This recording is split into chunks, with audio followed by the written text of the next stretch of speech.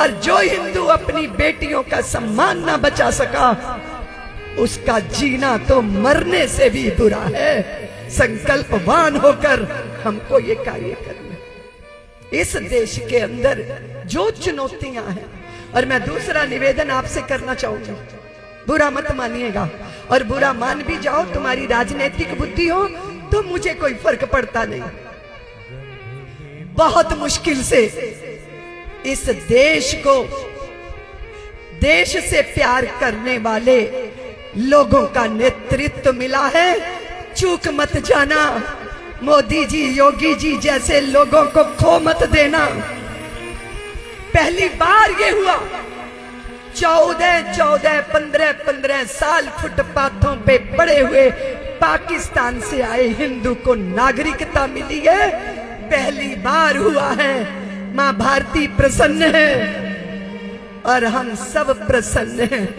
युगों युगों तक ये प्रवाह चलता रहे।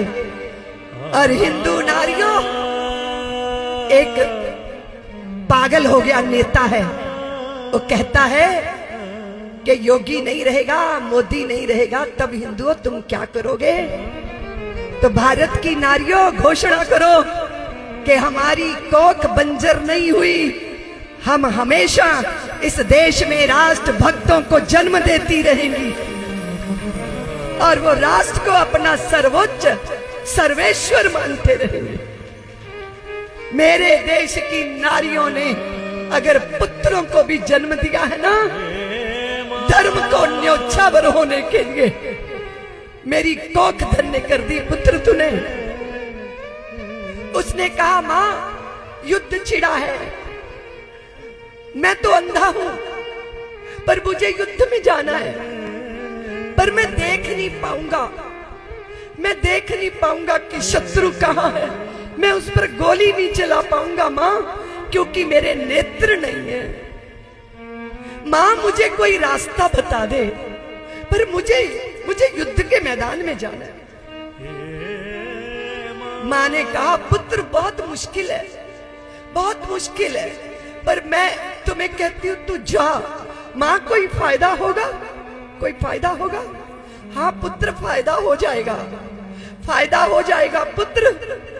वो सैनिक जिसकी आंखें हैं, जिसके हाथ में बंदूक है, जो गोली उसको लगनी है ना, वो तेरे लग जाएगी, वो बच जाएगा और मेरी कोख सार्थक हो जाएगी, तुझे जन्म देना सार्थक हो जाएगा। अंधा बेटा युद्ध को चला तो मां ने कहा रुक जाओ, कहता नहीं रुकूंगा, दुश्मन की एक गोली कम होगी मां, जा सकता हूं मैं सोचती हूं मां भारती, तुमने कितने कष्ट झेले। मैंने तो सुना था, डॉक्टर साहब ने लिखा, किसी आराधक की आराध्य का वो श्री विग्रह। मुझे मेरी मां को प्यार करती हूं, जगदम्बा मेरी आराध्या है।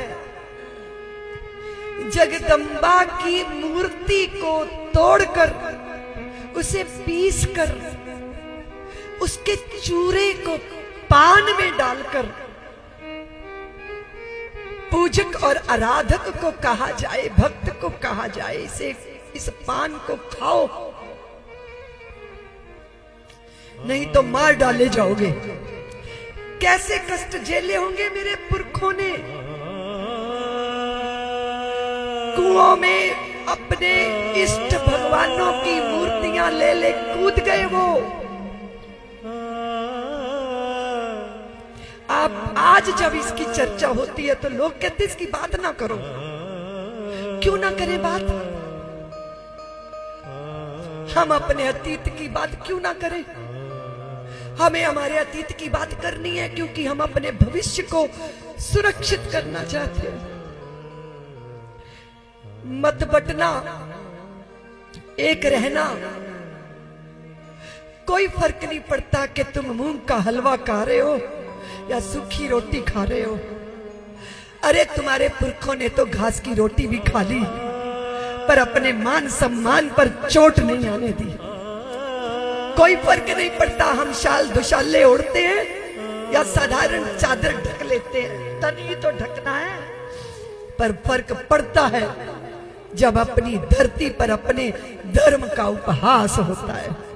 इसलिए संगठित होकर इस कार्य को करना है, संपन्न करना है। राम होना सहज नहीं होता बंधु भगनी, राम होना है, भगवान राम होना है तो राजमहलों का सुख त्याग के वनवास भोगने की तैयारी करनी पड़ती है, क्योंकि उस वनवासी को साथ खड़ा करना है, उसके पास साहस है। जो नगर में है वो गमले का पौधा है, जो गांव में है वो धरती का वट वृक्ष है। इसलिए उसकी भावना को जागृत करने के लिए राम बन गए, और बन गए तो बन गए।